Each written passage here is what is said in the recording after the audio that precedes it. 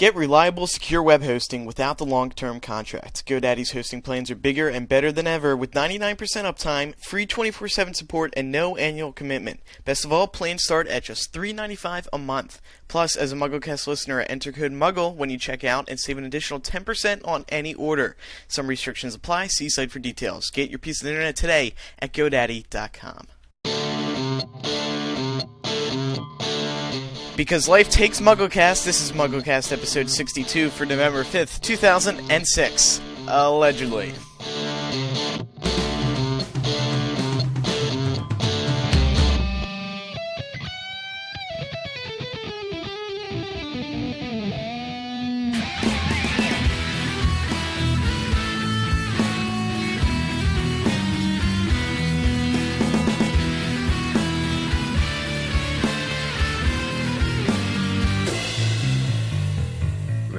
Remember, the 5th of November, the gunpowder treason and plot.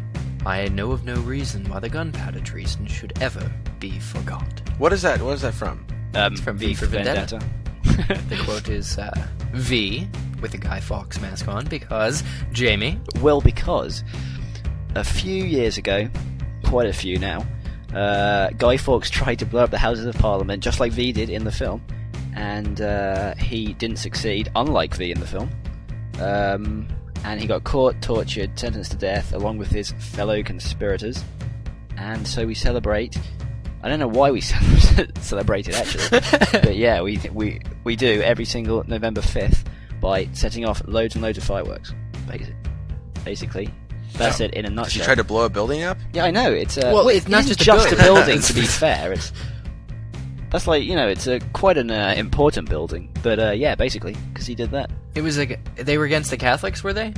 There was like oppression. Yeah, I can't remember the king's name. I can't believe this is so bad. I don't know this. Was that the start of the show? Or yes, what? That's why it's MuggleCast now, episode 62. Oh, it's MuggleCast now for November 5th. Oh well, yeah. Welcome back, everybody. I'm Ben Shane. I'm Kevin Steck. I'm Jamie Lawrence. I'm Eric Skull, and I'm Micah Tannenbaum.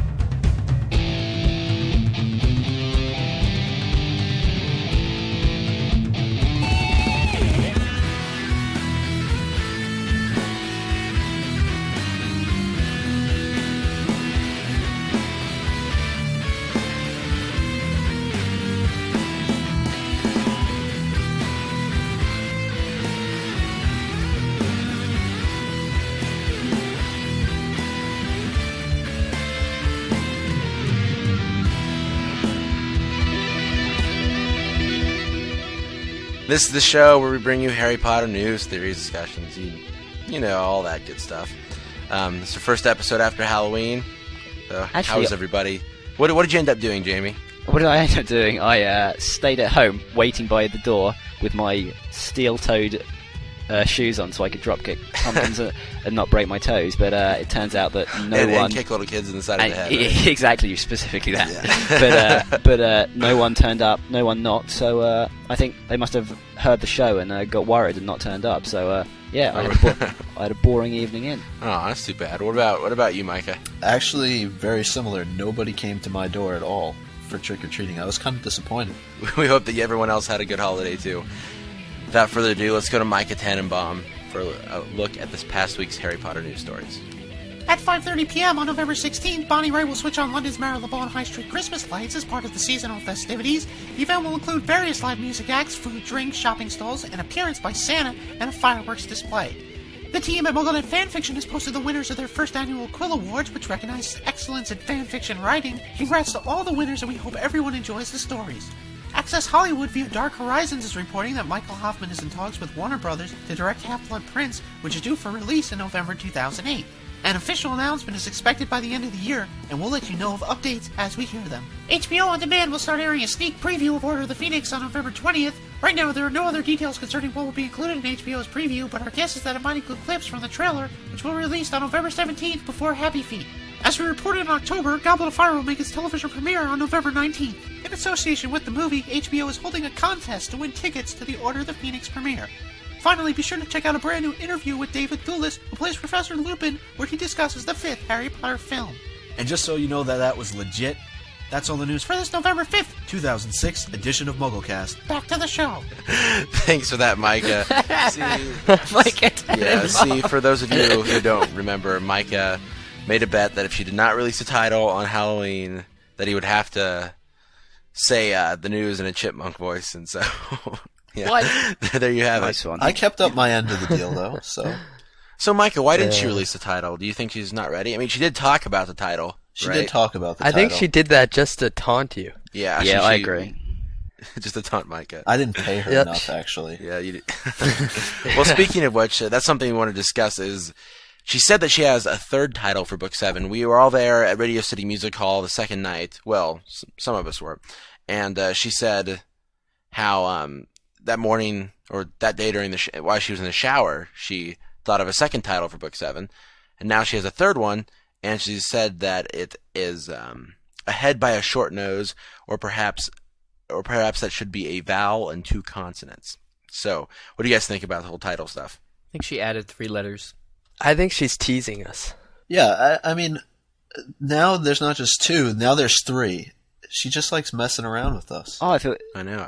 Hopefully we'll get to know what the other 2 titles are. I know what when- it is. It's she's What? just added the word "the" to it. That's 2 consonants and a vowel. I bet it's something, something, and something, and then Harry Potter and something, and then she's added "the" into it. I bet that's it. In fact, I will know what eat. that- Actually, no, I won't. You stop right there. I will eat. I love those Yeah. bets. Although I just think it means that she favours this title above the other 2, and that it's just got a few more letters than the other 2 as well. But if she didn't release a title on Halloween, when do you think we can see it? I mean, when do you Christmas, think we will maybe? see it? I don't wait know. that long. I think maybe like It's like I a don't know, month. something like this. Well, Guy Fawkes Day. Huh? Yeah. But what about It's Guy Fawkes Day today? today. Maybe by the end of the night she'll release the title. I doubt Maybe it. Christmas? So what do you think this means for the timing of Book 7? I still think it's going to be 2008. Yeah, I agree. Yeah, I of do course, too. all the way, Yeah. 2008.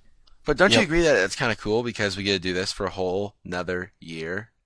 I don't know. Why don't we Awesome. ask the audience? Do you guys want us to do this for another year? Yeah. I can't hear them more now, I must admit. more cities, more More continents. yeah, more continents, More planets. Yeah, for you it's continents, yeah. More planets. We'll go to Mars next. We're going to Ben. podcast. We're going to More planets? We're going to podcast Yeah. on the moon. Yeah. Yeah, certainly. I don't think the fact that she didn't release it probably means that she's still working on it and probably has quite a bit left to go. So, Oh, yeah. sorry for those of you who are counting in 2007. But something think that it's Ben gonna said happen. about us knowing the other 2 potential titles too. I don't know if we will or not, because there's definitely going to be people who are like, "Oh, I prefer that title better." And Well, Yeah. maybe they give away too much. Like Yeah, when they she decides probably the do. title, like maybe the other 2 would Harry- give us more information. Like Harry she Potter and definitely the death of she Harry definitely Potter. wouldn't release the death. She definitely wouldn't release the other 2 until after Book 7's already I would think Yeah. so, because And after people have read everybody's it. used to it. And it Yeah, could be but I like, still think it's a an possibility. alternative title. Like, did you guys know, I'm not going to make well, I guess I am, Star Wars Episode 6 was actually preliminarily, Revenge of the Jedi. And there were actually posters you can get on eBay, Revenge of the Jedi, Episode 6, Revenge of the Jedi. And George Lucas then, halfway through the ad campaign, decided that Jedi weren't, vengeful necessarily in their characters, so he turned it to Return of the Jedi, and then of course Episode 3 became Revenge of the Sith. Return of the Sith. Return of the Sith. Well, they were there. Return of the Sith. Yeah. But Return of yeah, the Sith. so that was interesting. But anyways, one way you can demonstrate your support for our show, if you want us to keep doing this for years, by voting for us on podcastalley.com. I have no idea where we are right now on on Podcast Alley. Sorry, I just looked at the picture. Because of truth Eric be told, again. we don't even check it. We just vote for us. Yeah, we'll see. It's actually not loading right now. Oh, here we go. Oh, geez, we are number 4, and we're not even the number 1 Harry Potter podcast on Podcast Alley. So Great. Gee, go we're out, fun. show your support for us. Vote for MuggleCast. Please. Little update on the book. We have received quite a few pre-orders, and we're very pleased with the amount of people, the feedback on it, the amount of people who are purchasing it. And once again, MuggleNet.com's What Will Happen in Harry Potter 7, who lives, who dies, who falls in love, and how the adventure finally ends. You can purchase it pre-order it through Amazon. I think the book's actually going to be at retailers by the end of this month. So you can go pick it up at your Barnes & Noble if you don't want to pre-order it. But yeah, if you do pre-order it, it helps support the show, the site, everything. So Ben, go ahead and do that. do you think we might be able to grace ourselves with an interview with the authors of that novel? Could we? No, they're I untouchable, yeah, Ben. They're pretty busy. Yeah, they're very pretty busy. Yeah. Yeah. Very arrogant. I figure that show. Ben, rather good looking, I hear, as well, from a Yeah, I know, unknown especially source. We the might one- need to offer them a great portion of our money. You know, we could broadcast from Zero Gravity if we pulled the funds enough. Because they're selling Zero Gravity trips now for what, $3,000? Where did this come from? Where Because did this come from? Yeah. Yeah, but I think it's 'cause coming from the he topic podcasts from the about moon. broadcasting from space. Yeah. Yeah. But the thing is that we said that like Yeah. 10 minutes 10 ago. light years ago. Another reminder, MuggleCast t-shirts. We will end sale on them on January 1st. So this is pretty much your last chance to buy them. It's sort of like the big going out of business sale. But however, you must remember, this is not like those bands that do this for sympathy and then 3 months later they come back, you know. Like, we've all heard of, like, I think Kiss. They're the band during the 70s and 80s and the 90s even. They had 3 different farewell tours where they would disappear and then they would, all of a sudden they'd come back and they wouldn't have their makeup on, or they would have their makeup on. But we're not doing that. This is seriously it. We are no longer allowed to sell them. We always record after with our January makeup 1st. on, don't we, Ben? Yes. But yes, after January 1st, we were no longer allowed to sell the t-shirts, so go out and pick yours up. And one final thing we need to mention in our announcements this week is last week, Andrew, who isn't unfortunately not here to defend himself, he bashed the Gilmore Girls, a show that's on the He WB or he didn't. well, he said what his opinion was. And Oh my it was not very kind. And he didn't said. prefix it with it was- the word allegedly, or my opinion Yeah. is. Which, you know, you Well, really wasn't need it? to do. Didn't he say that he thought it was the stupidest show he's ever seen? Apparently. That would have sounded so. Yeah, so you should just Apparently. allegedly this is the stupidest show ever. No, I have no problem. I've seen a few episodes. I have no Well, problem. But Mike, actually- didn't Andrew want you to say something about that? He did. He actually sent me an official From the heart, statement Mike, here from the written by heart. him. It is definitely from the heart. He wanted to communicate to the fans that he was just joking and he didn't want to upset anybody, because we did get a bunch of emails from fans. Some of them were a little bit more passionate than others, I guess is the right way to put it. And he also wanted to say that he's watched a grand total of 2 minutes of the Gilmore Girls. So his opinion obviously was not that well thought out. So he does apologize to all the fans who like Gilmore Girls. And Speaking of Andrew, He's hospitalized right now from because the more Gilmore Girl passionate- fangirls came to his house and attacked him. No, he's not here this week. He's off doing a college visit. You know, he's preparing for the next level. I don't know. Yep. So sorry about college? that. I mean, we'll make sure to just realize that it's our personal We'll have to opinions. keep him in line. We're sorry that we offended anybody about the Gilmore Girls, because we got an email from someone saying they were deeply offended that we talk smack on the Gilmore Girls. This is, after all, a Harry Potter podcast. Yeah, this is a Harry Potter podcast, not a Gilmore Girls podcast. But we were joking, I think, and it was just taken a little bit out of context. I'm really, really glad it's not a Gilmore Girls podcast, because that show sucks. allegedly. Oh yeah, sorry, allegedly it does. Allegedly, you're allegedly. really glad. We're Yeah, falling into the allegedly, same I am. pattern here. We'll see. We always make these mistakes. According to who sent this rebuttal in? No name. They said, "Hey, MuggleCasters, I have a comment about your discussion on the ghosts that live in Hogwarts. Laura is right. You can't get them out of the school, at least in the case of Peeves. Here's what I hope counts as proof. It's from the interview between Emerson, Melissa, and Joe. Emerson says, 'Why does Dumbledore allow Peeves to stay in the castle?' Joe says, 'Can't get him out.' Emerson says, this is the opinion that Jamie and I all had. He's Dumbledore. Yeah. He can do anything. JKR says, no. Peeves is like dry rot. You can try and eradicate it. It comes with the building. You're stuck. If you've got Peeves, you're stuck." And then Emerson replied, "But Peeves answers to Dumbledore." J.K. Rowling said, "Allegedly?" Melissa said, "Allegedly?" JKR says, "Yeah, I see Peeves as like a severe plumbing problem in a very old building, and Dumbledore is slightly better with the spanner than most people, so he can maybe make it function better for a few weeks. Then it's going to start. Well, I'm leaking sorry, Joe, again. you're wrong. Well, So she's there wrong. you have it. We were wrong. Joe, she she's proved wrong, us wrong. man. We She's should wrong. have remembered this interview. Yeah, she doesn't know what she's talking about. You know what this is? What's that, Micah? I was actually reading the interview, and I sent this to Laura, so I think Laura just made up a fake listener rebuttal to prove that she was right and Yeah. the rest of us were wrong.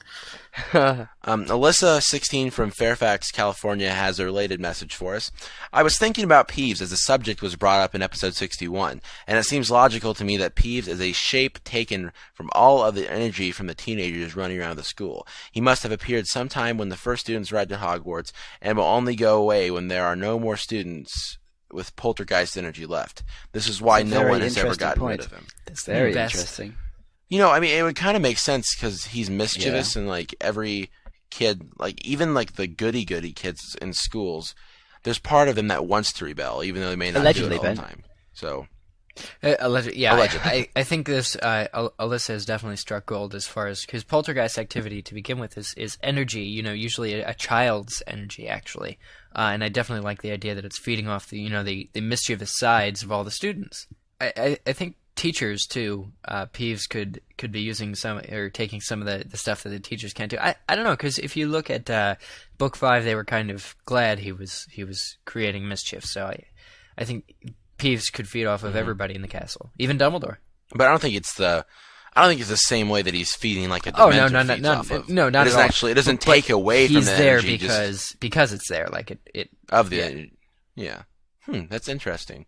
I never really thought of that, but yeah, I think Peeves is what he's still good natured, even though Oh yeah, he he does won't some pretty drown anyone or kill mean anyone. things sometimes. He's just going to drop stuff on their heads, and he's mischievous rather than malevolent. I think he's malevolent Right, too, just definitely. not murderous. Pale eyes, radish earrings, Luna Lovegood. That's what's this week's main discussion. Micah, did you want to make a few points? Sure. Let's see. Points as to what? By the way, this is the main discussion. Well, just like a little bit of Sure. information Just about the- her. there, Yeah, this is the introduce main it. discussion, by the way. Yeah. Okay, Luna Lovegood is a Ravenclaw. She's a witch in Ginny's year who is considered a bit weird by her classmates.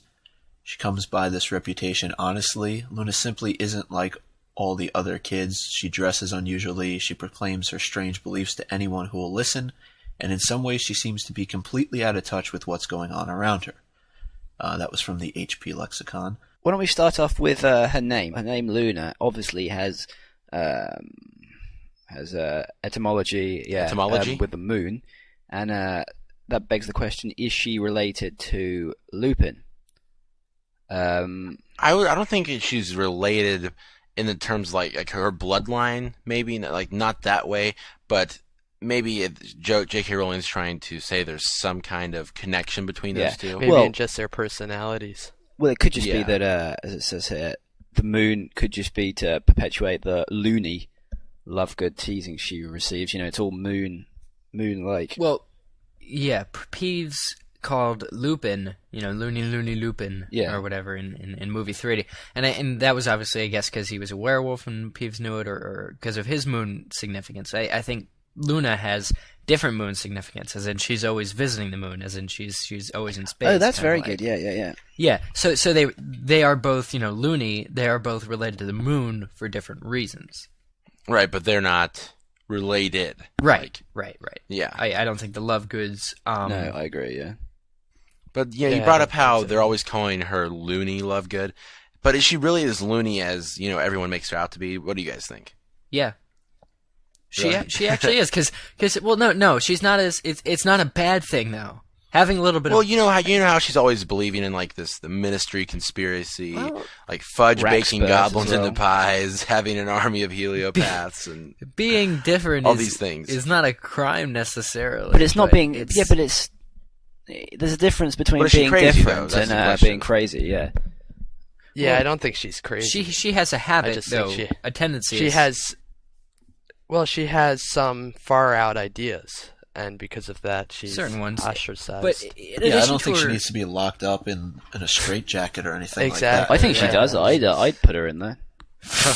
no, yeah, it's definitely the like you said, it's more of the Like she's eccentric is what I'm looking for. Yes.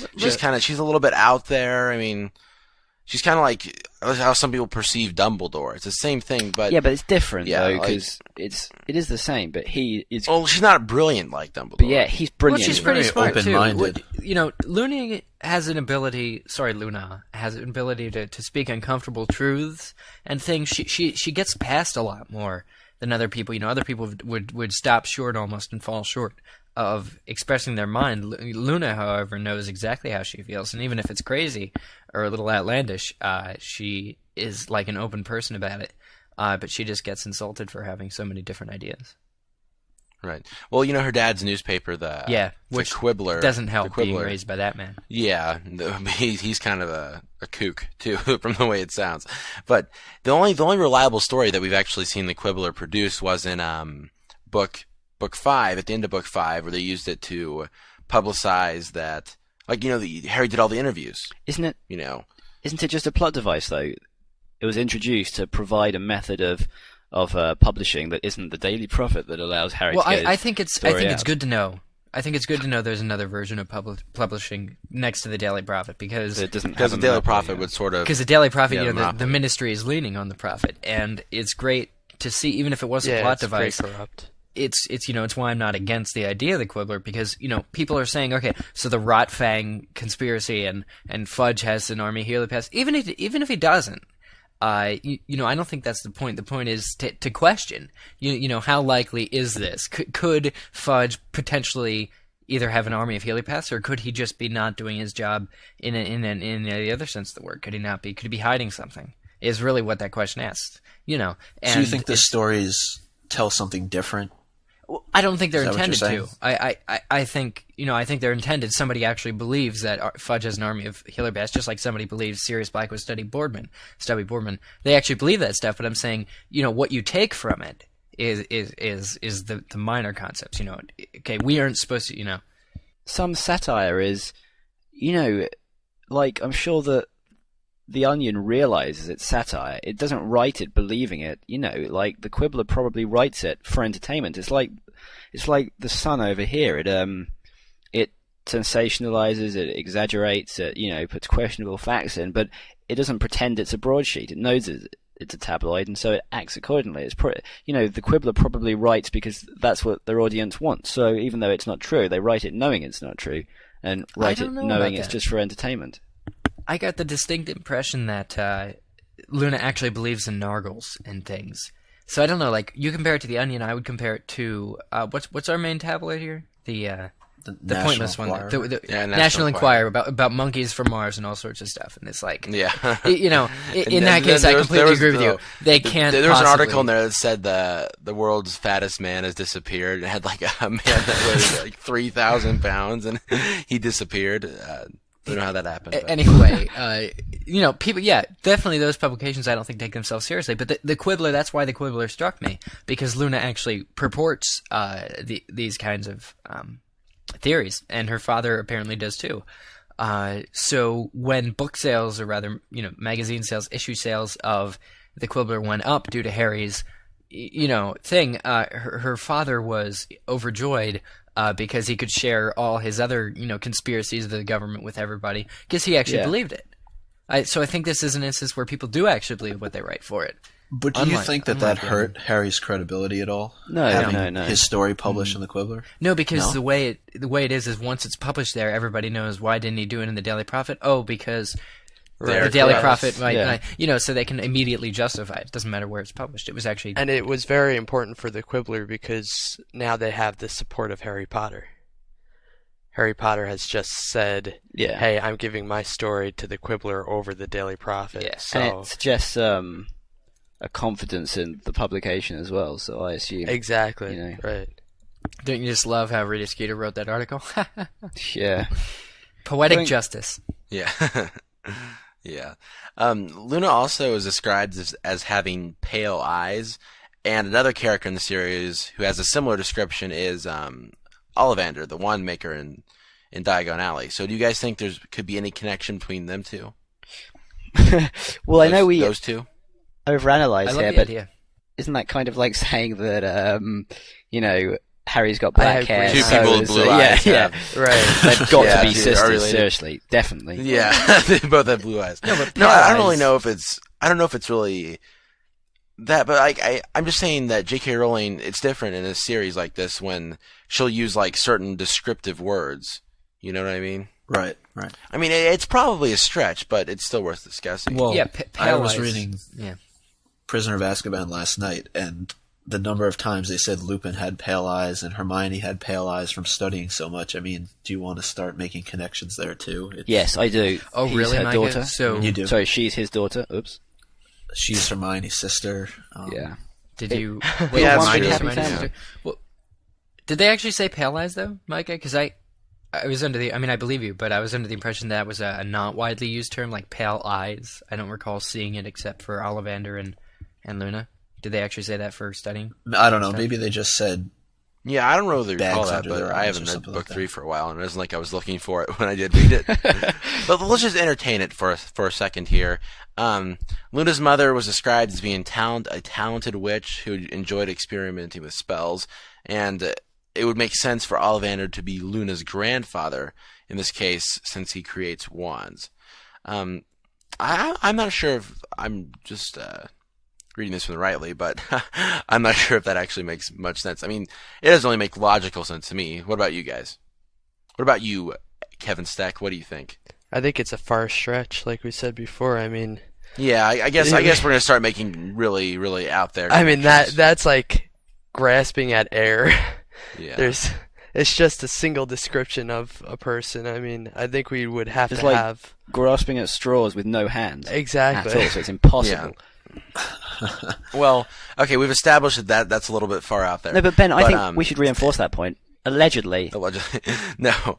Not only, okay, we've established that is a little bit of a far Out stretch. there. But It's allegedly but, a bit far-fetched. something that isn't far-fetched is the fact that she does have a strong connection with death, which is what we saw throughout Order of the Phoenix, because she can see the Thestrals, Why can she see them again? all those things. Do we know, or do we She not saw know? her. She saw her. Who'd she see die? You can't guys remember. know? We need to get Did this she right. see? I think her mother, isn't it? Yeah, it was her mother. That's what I thought too. Yeah, okay. I think it's unlikely though that if Luna's grandfather is Ollivander, I don't like to think that Ollivander's own daughter would be out there in the world like testing things to make for her father's wands. Like he wouldn't send her off to go test things, No, and we've moved on. blow stuff up. Okay. No, that was just going into the death thing. Oh, sorry. Okay, go on. You know, Sorry. because her mother died. Okay, yeah, fair enough, apparently fair enough. testing things. So if it would have been wands for her father, that would have been a little sad. Maybe that's why Ollivander reserved himself to just Phoenix Tail and Unicorn Tail, Phoenix Feather, whatever. When Harry realizes that Luna can see the Thestrals too, it makes him feel like he sort of establishes a bond with her because he doesn't feel as alone as before. So, yeah. And another thing that Harry and Luna can both do, like one of their special talents, I guess it's not really a talent, but you know what I mean. How something that they can do, like what would you call it, Jamie? That they're one of qualified their to do. Or... similarities. Yeah, another one of their similarities is with the voices behind the veil, and she makes a point of reminding him about it. But what's the difference? I mean, the fact that Ginny can hear the voices behind the veil, but she can't see the Thestrals, tells us that they're two different things. Oh yeah, definitely. Like two different things qualify you for that. So, what do you think? Do you think it could be you've had a near-death experience? Because Ginny with Luna hasn't though, has she? Book 2. Well, we don't know. Yeah, Ginny has. Well, I don't know about Luna. And She Harry, accidentally of course, choked on all one the of time. her radish earrings and had to get rushed to hospital. So, what else about her connection to death? It's definitely something. That thing about the veil. There's clearly some type of criteria they've got to meet to be able to hear the things, and perhaps unlike the Thestrals, there are varying degrees of this. So, some people can hear them. Some people can hear them and understand them, or whatever. I don't know. This is sort of going off track slightly, but we like to do that. So, I've gotten a number of emails about the veil actually being a Lethifold. No. You guys- Yeah, it's the thing. For people who don't know, it is the creature in tropical climates that sneaks into people's dwellings and wraps itself around their mouths and suffocates them, Right. and then swallows them and I think leaving no trace of them whatsoever. So yeah. Is that a That'd bit be of a a bad far-fetched? way to There's die. nothing about whispers, and there's if it was a Lethifold, it would completely destroy the mythological, Yeah. art of the And veil. why would the Lethifold be there for? It would move as well. Yeah, they probably. just hundreds of years, grabbed yeah. one Lethifold and strung it up, for Yeah. studying in the Ministry of Magic. It just doesn't. Yeah, that doesn't make sense. But anyways, back to Luna's connection to death. She has a conversation with Harry at the end of Order of the Phoenix about Sirius. She seems to be the only person who, quote unquote, understands Harry, and she listens to him and then lets him be. Like, she's very accepting, because she's probably used to having everybody make fun of her ideas and thoughts. So she kind of seems like the person that you could confide in. Do you know what I mean? Without her criticizing you, it just sort of be like you say it, and she's. Well, that's She because just she's so accepts it. open-minded. That's because I she's mean, been and she's been made fun of herself. Yeah, that's what I said. Yeah. She knows how it feels. So she's not going to openly criticize. But the thing is if she's so understanding of all these people, why is she a social outcast? Do you think it's because that she has all these loony thoughts, or Oh, what just do the you mean? fact that No, she's different? It's because she's different, right? It's because she's different, yeah. I mean, she understands people and stuff, but who says that makes you popular or worth talking to? Usually it's the people who are the outcasts who do get made fun of who start understanding how people's minds work. So, Yeah, that's true, because they have a lot more time to think Well, about they it. have a They're lot not more, caught yeah. up. Yeah, they're not caught up in the They've met a social lot more. scenes and all that. Right. Exactly. When we do these character discussions, our favorite thing to talk about, of course, is always their connection to Book 7. Because a lot of the characters we talk about, it just doesn't seem like there would be much of a connection to the last book. But what about Luna? Do you think that there's something that she's going to have a connection to in Book 7? well, they introduced her, and they really have, J.K. Rowling really hasn't told us much about her, so it tends to lead you to believe that we will see more of her, and at least she'll play some sort of small or medium role in the next book. Why smaller? Well, doesn't. Well, Because- what's the because- purpose of Luna? Like, each character that she introduced has to have some sort of purpose. And what do you think that Luna's purpose is? Is her purpose served Her already, purpose or was to call the last Quidditch match. Oh yeah, I think she has such a strong connection to death, and she's not afraid of it. And Voldemort, we all know, has a great fear of death. So I think having somebody like that on his side, Harry is sort of in a position of just having a good ally, maybe. yeah, because it's like the opposite ends of the spectrum. Because deep down, I think everyone fears death. It's some more like, than most, some more than others. Yeah, some more than most. And, Harry, Dumbledore thinks death is the next greatest adventure, but maybe Harry hasn't realized that in his mind yet. He hasn't come to terms with, death is just essentially all it is just a part of life. And he hasn't really come to terms with that, and Luna's helping him, realize, okay, Right. if I do die, it's going to be for a greater cause, so it's really not that bad, and, it'll be interesting. So. Well, I think the most important thing that she said was that at the end of Book 5, when she was talking to Harry, that she was going to see her mother again, and that's what provided her the greatest comfort. And that was what was so important to Harry, because then he said to himself, well, I'll see Sirius again, and then I'll see my parents again. Sorry, Eric, I didn't mean to cut you. No, when was this? I missed. That was when Luna At said the end she'd of be, Book 5. she said she'd be seeing her mother again. I forgot about that. Right. No, Yeah. I was going to say, Luna, as far as... Do you guys think she's that far in the background? I mean, I was under the impression that... Well, after it was- Order it of the Phoenix, she kind of dropped off the radar. Do you think Well, that Yeah, she did. still, yeah. she doesn't still that came kind back, of but prove that I think she's already served her purpose, or could she come back in Book 7? I think she'll come back. I think Book 6, why everybody seemed to have fallen off, tapered off, even, Tonks and most of the Order, was because it was Harry and Dumbledore about Voldemort. Yeah, I agree with it's that. my impression still that Luna and Neville, who fought the ending battle in Book 6, would therefore become, not like a semi... Like, there's the trio, there's Harry, Ron, Hermione, but then I think immediately after is Neville and Luna. Like, immediately after, like, very close circle. I still see them as really close friends that are going to band together in Book 7. Right, they're still part of the still part of the group, but they're just Well, not and I the think main a members. significantly big part. Right.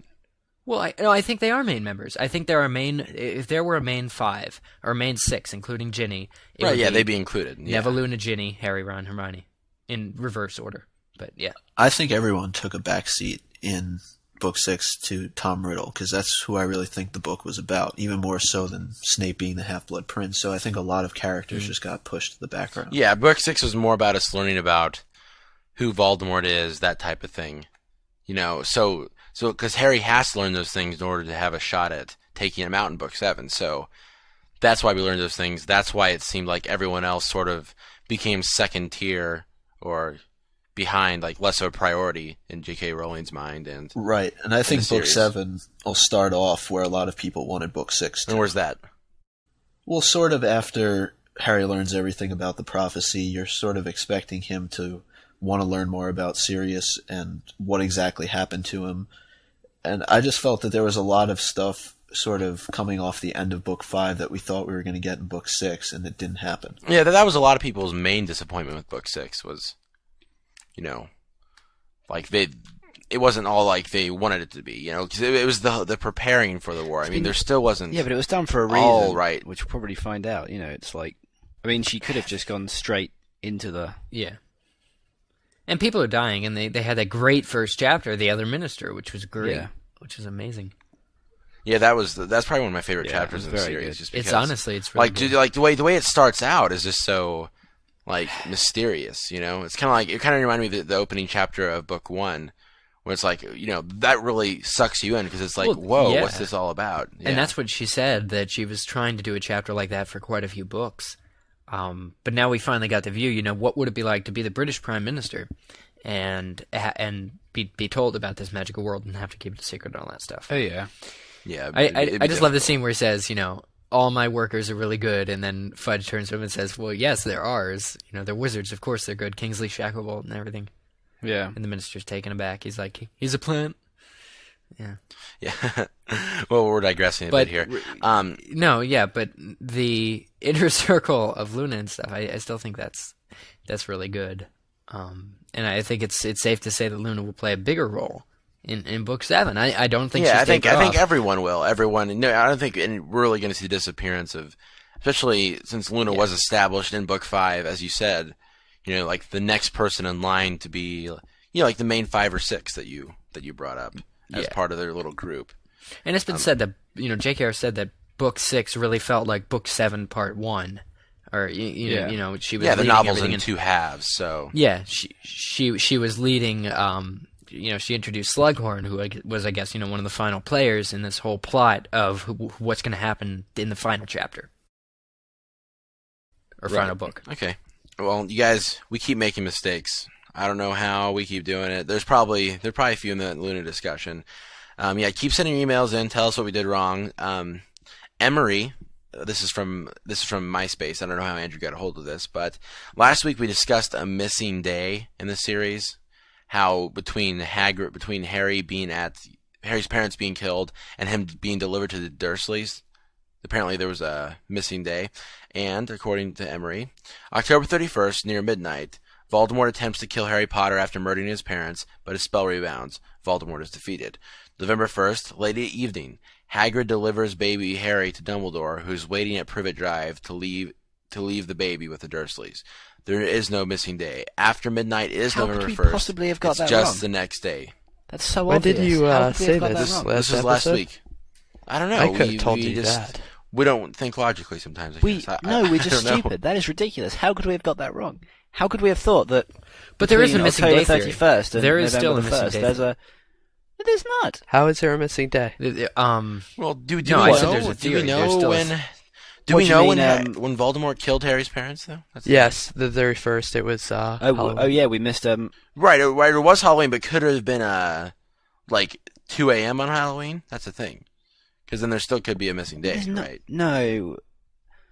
What you mean, like No, because I October think 32nd, Ben? No, like October 31st at 2 a.m. You know what I'm saying? Yeah. he means like late at Yeah, night on the yeah. 30th into the 31st. Oh, I Yeah, I but guess, I but, do it's, AM. but stuff must have been happening then. Like, you know, Order of the Phoenix members contacting each other, stuff going around. It's like, it takes a while to get everything sorted out. I don't think we can say that they've missed out a day, just that we don't know what happened during that time. Also. It's interesting because... Well, actually, there's a whole editorial, a 5-part editorial that's written on The Lost Day by Brandon Ford.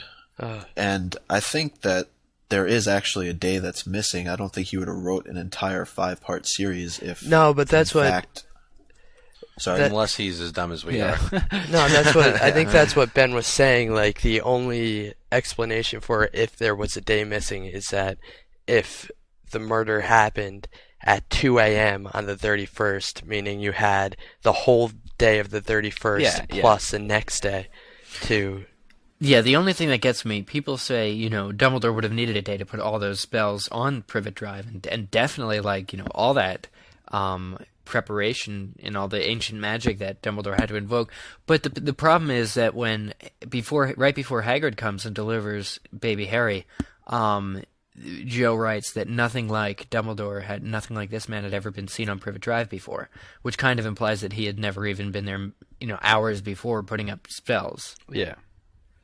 Or if he did, he was doing it invisibly. I don't know.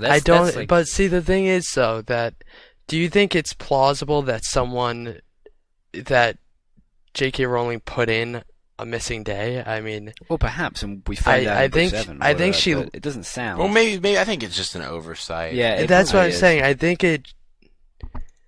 it's just exactly what it seems. It doesn't. But Eric, going back to what you were saying about putting spells on the house, I don't think it's the kind of magic where you put spells on. It's you invoke this kind of magic. So there's sort of perhaps certain conditions that have to be met, or certain conditions and then a couple of words have to be spoken, or certain ingredients. I don't think it's a normal spell. Well, no, it's just like when Dumbledore and Harry were flying back to the lightning-struck tower, and Dumbledore was muttering, different language to clear the shield for them to go in. I think it's something like that.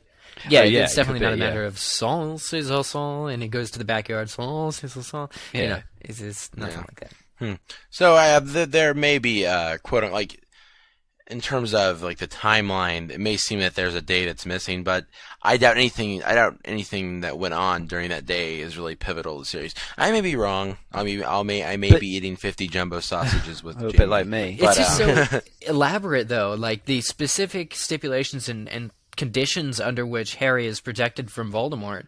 Like, as long as he can call it home, as long as they, give him it's very room specific. Space, the Dursleys, like it's incredibly specific. Shouldn't we clarify that we don't actually mean a day missing? We mean sort of extended period of time, because we don't mean October 32nd. Yeah. We just mean an extended period of time that we don't know. Nothing's happening. We haven't heard anything that's happening in it. Right, Okay, right. Cool. Our last listener rebuttal comes from Katie, 14, from the Czech Republic. We have listeners all over. That's crazy. Our subject is Who Lives, Who Dies theory. Hey, MuggleCasters, I'd thought of this theory before, but I haven't written it until now. As I'm sure you're well aware, Joe updates her site with birthdays. We've seen Harry, Hermione, Ron, the twins, Molly, and many more. However, we have never seen the birthdays for the characters that are already dead in the books. Never once have we seen a birthday announcement for James, Lily, Sirius, or Dumbledore. Now, if she's going to update about Molly or Percy or someone else who isn't exactly pivotal in the series, you'd think she'd update about these important characters, right? At first, I thought that maybe she was giving us the birthdays of people whose birthday we knew from the book or her site, but then I realized that we have never seen Molly's birthday in the books.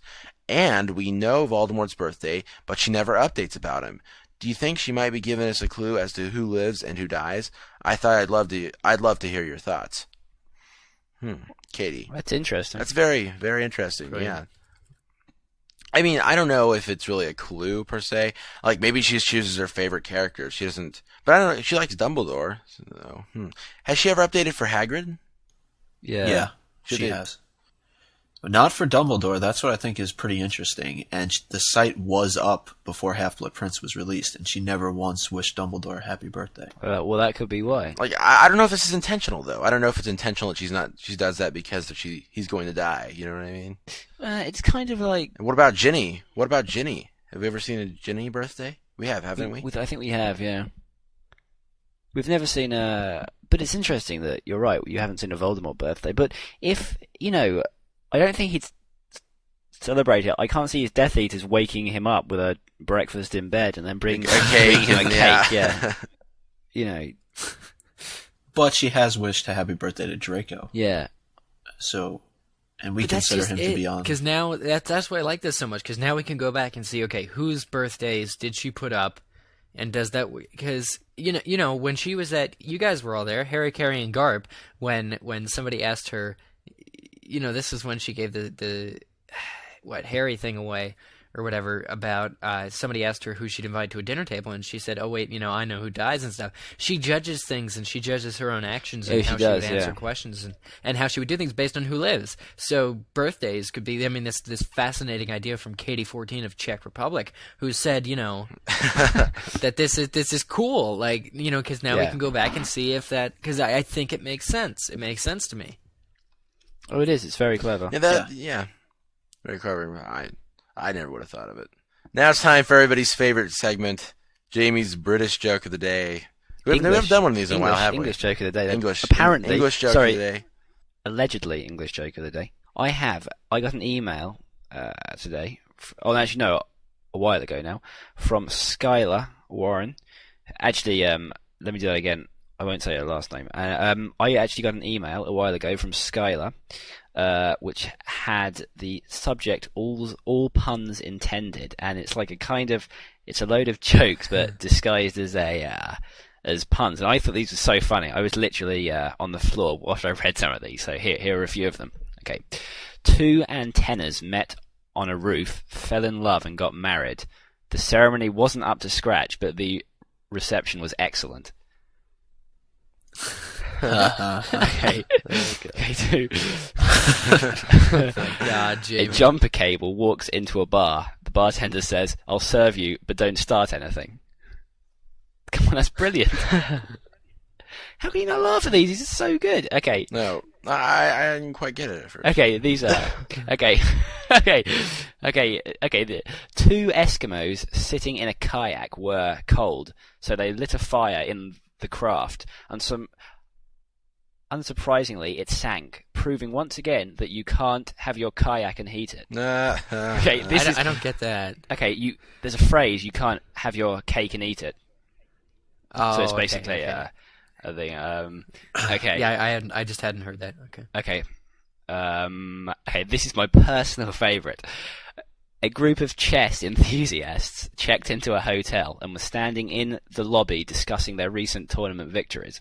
After about an hour, the front manager came out of his office and asked them to disperse. Angrily, they said why as they moved off. Because, he said, I can't stand chestnuts boasting in an open foyer. That's funny. Okay, and a couple more. And finally, there was this one person who sent 20 different puns to his friends with the hope that at least 10 of them would make them laugh. No pun intended. No pun intended. Oh, that's funny. Thank you, Skylar. Took me a while there.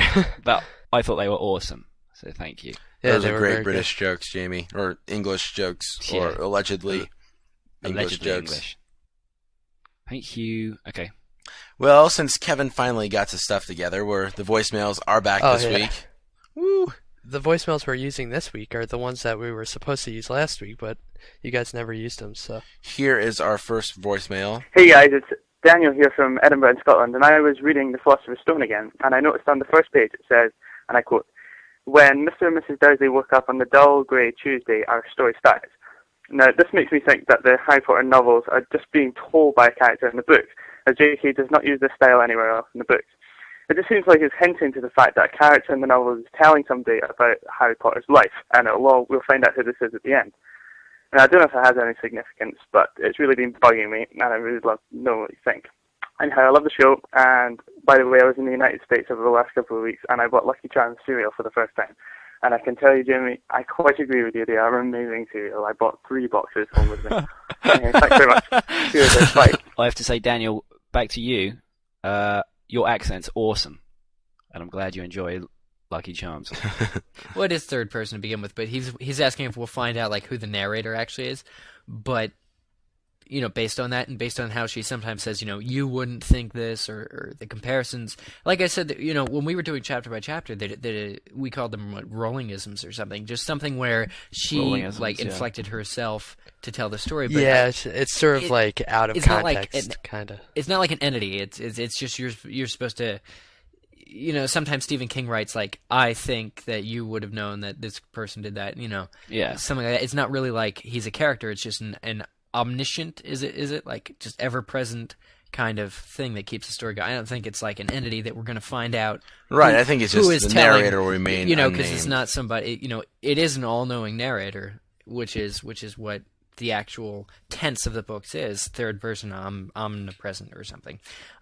Doesn't that happen at the beginning of book 6 too? I think so. There's all these, there are moments where she just, will say, I think you did this, or and compare things, and that's just it keeps the story going. But it's not necessarily like Lemony Snicket, where Lemony Snicket is a character narrator, right? And see the way that the book begins is that's actually where the story is already taking place. Like Harry's already 11 years old. That's just telling you the backstory of what happened, and there has to be some way to explain that without having, like a page that says 11 years later, they can't do that, so they have to, Well, right, because Harry's not going to be able to tell what happened at that point. Right, so thanks for your question. So we don't think she's actually like an entity that's going to be revealed in the books, like, oh my god, it's Snape, telling the story. Right.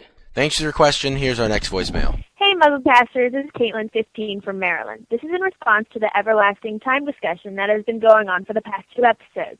You said something about how technically you could go very far into the past, but then you wouldn't live long enough to go back to your own time period. My question is, couldn't you also go forward in time? It's called a time turner, not a time back turner. So one could technically go forward in time if they were so far in the past that they would die at old age before returning to their own place. All they would need to do is turn it forward instead of turning it backwards. Just wondering what you guys thought of this. Thanks so much. You guys brighten up my day. Oh, and also, in Hercules, the Fates don't sing and dance. You probably got them mixed up with the Muses. Thanks again. It's like the time backturners. That's next band to come out. Dumbledore and the time backturners. They're gonna start right. The lights are gonna shine. Their backs will be turned to the audience, and they just turn back. Time backturners. She says, "Can you turn?" She says, "Can you?" Her question is, "Can you turn forward in time with the time turner?" You can't, because it's called but it's called the time turner. It's not necessarily the time. You'll probably know more about this than me, but isn't it? It's impossible to. Oh no! Wait, sorry, I'm thinking about something else. It's impossible to go back in time, only forwards. But then we're talking about Harry Potter here, so that theory is completely gone. Right. Well, and if you look at the H.G. Wells, The Time Machine, I think how he went forward in time, it was just a matter of what happened was like the capsule that he was in was protected from all things. That would go on, and he was actually in some kind of hyperspace time. In other words, like he actually was there for thousands of years while the buildings around him crumbled, and he actually ended up in the future underneath tons of rock. Another correlation to time travel in the book comes in book 4, when we see Fred and George accurately predict the score. Like it's really obscure. They say, we think Ireland is going to win, but Crumb is going to get the snitch. So we think they did time. Allegedly. Yeah, we think they did time travel then too. I'm pretty sure they did. I mean, it makes a lot of sense. But the question is, did they? They'd have to go forward in time. Wouldn't they? Oh, that's true. Yeah. Right. So I think it's plausible. Yeah, that's true. So there's no real way to tell. Or wait. Could those two Fred and George gone back in time and make the bet, replace their bet with. Right. Oh, that's right. See, it's all confusing. So they could have traveled. Actually have known unless they knew. So. I think we're going to give people a headache. Yeah, again. Sorry about that. But Fred and George could have gone back in time. I don't know. That's really, but yeah. So once you're back in time, do you have to live? Because we've only seen it on such a small scale. So would you actually have to live the time you're in, or could you actually go back in the future again? I don't know. But like, say they went down a couple of days. Are you sure? Because time turners, she said it's not the time back turner. I love that too. But we don't know that it's the time forward turner either. Well, we've never been shown an example where it says so and so went forward in time. Okay, let's go to the next voicemail. I think that's probably a good idea. Headaches. Yeah. Hey, MuggleCast people, I was just thinking about something, and it bugged me so much that I decided I could call you because I love the show. So Voldemort was taken down on October 31st, right? And then Vernon Dursley goes about his day, and we learn about his whole day on November 1st. And he sees all these people in these weird outfits, and I just realized never once does he say anything like, Halloween was yesterday, these people are crazy. There's never any mention of, Halloween, which I don't know. Maybe this is useless. Thanks a lot. Love the show. Bye. Vernon should have thought that it was absurd, not that they were dressed up in cloaks, walking the streets, the get-ups you saw in young people these days, but the fact that they were late, for Halloween. That should have been brought up. It definitely should have been, and especially on the news. If Dursley, Vernon didn't say it, the news people should say, people got a little, after post-Halloween kind of cheer. Jamie, they do celebrate Halloween, right, in Britain? I mean, yeah. Of course, yeah. Right? No, Yeah. they don't celebrate Halloween. Well, they said Burning Day, because they were even talking about Burning Day being, November the 5th, and so... Well, maybe he doesn't like to, maybe he doesn't like to talk about, no, maybe like they're kind of people that they don't want to acknowledge the existence of these weird people called wizards. They don't want to acknowledge anything that's abnormal or different from them. So exactly, and could it make sense to them to be like, Yeah. oh, Halloween just a bunch of stupid, Yeah, but you should still recognize that it happened. Like the people who, like Scrooge, who knows it's Christmas even though he hates it. He just sits in the house. You have to recognize the fact that Halloween was just a few days ago. So it definitely should have been mentioned. Yeah. Because later, JKR says, do you think it was like an afterthought that they were killed on Halloween? Or how was that done? Because, well, they say that in book 1 yet. It was Halloween night, don't they? Because Hagrid tells... But my question is, in relation to that, when did Harry show up? Oh. Was it the following day? Well, yes, because it was November 1st. It was the night of November 1st, right? Well, Hagrid... Hagrid dropped Harry off. Yeah. In the book version, he tells Harry the whole story in the cabin of Voldemort and stuff, and I think then he says Halloween night, you were... But it just seems so so strange that Vernon didn't He didn't mention it, exactly. I don't know. I can't think of any logical explanation of why he would mention it. Well, nobody did. The owls flying and everything. They could have turned it into this big, it's a day late Halloween. Yeah. Maybe we should propose the whole holiday changes the day off due to these new events. Nobody was saying that we know of, that we heard. Yeah. But it's a really big thing that Halloween is a bad thing for Harry, so... It seems a little strange. It's a seems good surreal. point. I don't know why. I don't know why. I don't know. Like, there's no real reason to... No real explanation to it without hearing it from Joe. Yeah. Good point. Yeah, thank you for sending that in. And we have one last voicemail. Hey guys, I had a question for you. I know that when all the previous books came out, we all read them that night at midnight, and we didn't put the book down until we finished it. But I was thinking that when book 7 comes out, I might not want to do that. I know it would be hard for you guys because of the site and everything, but wouldn't you want to savor the last book, or would you still rush through it because it's so hard to stop and put it down anyway? I'd love to hear your thoughts. Thanks. Bye. Jamie, did you remember that interview with you? Yeah, I do. For anyone listening who doesn't understand this, I did an interview a while back, and they asked me how long we it heard would this take story. Me. Yeah, I think it was actually Andrew put the audio on a previous show. Oh, right. But Okay. anyways, they asked him. Well, in case those of you who aren't up to speed with all the shows. Okay. I did an interview with the BBC a while back, and they asked me how long do I think it's going to take me to read Order of the Phoenix, and I couldn't say, well, I might spend a couple of hours reading it and then go to McDonald's, then have a rest or something, have a cup of coffee, and then take my time. So I just said, well, about 4 hours maybe, which of course was a complete, underestimate.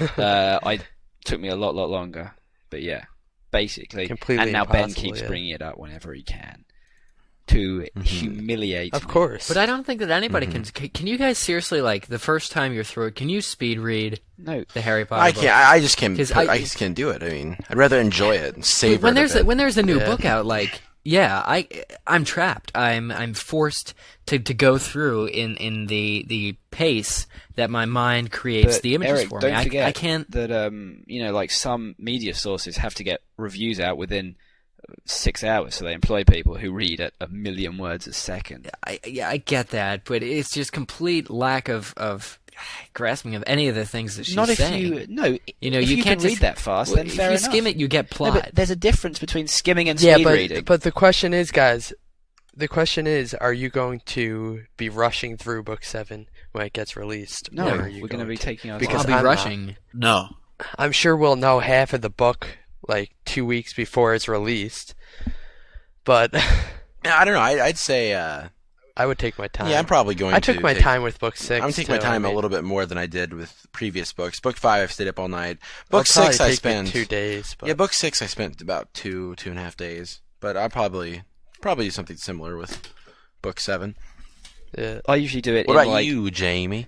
Just like I remember, I got Half-Blood Prince at it was in the evening. It was like at 8 p.m. or something like that. Then we got back, and then I finished it at midday without a break. Yeah, that wraps up this week's voicemails. Thanks to everyone who sent something in.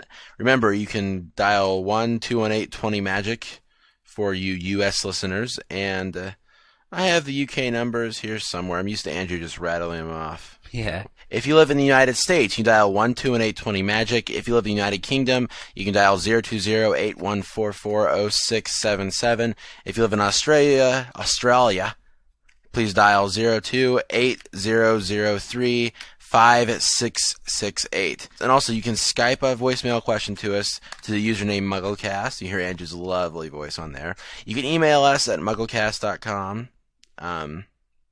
There's a contact form on there. And also, if you want to send us anything, please dial... No, don't dial anything. Send something to MuggleCast, P.O. Box 223, Moundridge, Kansas 67107. I got a package this past week I got another box of Lucky Charms, and someone else sent in Christmas ornaments for us to put on our trees, which I will get sent out. Oh, so, nice. What, for Christmas? Next Christmas. Well, actually, they made that joke in the letter. It said, "I'm hoping they will have these by Christmas 2008." So, well, Ben, somebody sent in a message. I can't remember who it was. Who said that when I was complaining last show that I couldn't grow any facial hair, they said that they would mail a beard for me to the PO box, but they also said that by the time you sent it to me, I'd be able to grow real fit. Yeah, in about 2 days. So it's a pointless plan. No, Jamie, you're still going to look like a baby forever, for life. Well, that can't be bad. I won't complain. Okay, well, that wraps up MuggleCast episode. What is this now? 62? 62. What are we going to call this episode? We 62. Didn't really have anything fun. I don't know. Allegedly MuggleCast. Allegedly MuggleCast. There we have it. All right. So yeah, for everyone here at the MuggleCast Central, I'm Ben Shane. I'm Kevin Steck. I'm Jamie Lawrence. I'm Eric Skull. And I'm Micah Tanner. Yeah, Micah, join us next week for episode 63. Andrew might be back. Then you luck he won't. No, I'm just kidding. Yeah. Is this the first episode? No, this is like the fourth. No. Yeah. Okay. Fourth. God, in the last 5, yeah. All right. Yep. Bye. Goodbye. Bye, everybody. Bye. Bye, everybody.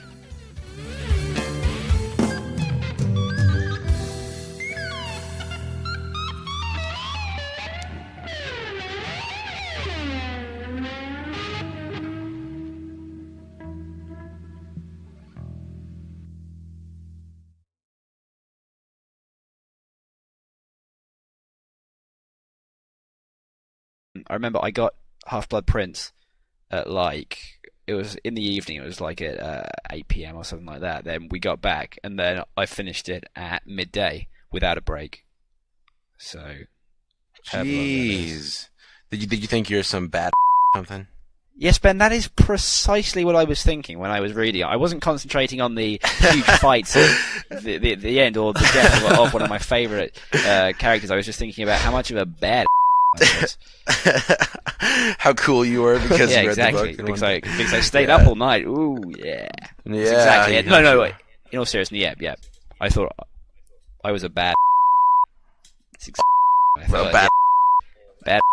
Butthole. Yeah. No. I just you see, Emerson was staying up as well, so I thought, well, I can't have everyone else reading it, so then they can't talk about it. So I thought, well, I'll stay up and do it as well. It was enjoyable, actually. Imagine how mad people would have been if they wouldn't have finished the book before they interviewed her. Yeah, well, exactly. They had to. They had to finish it, but I thought I would as well then.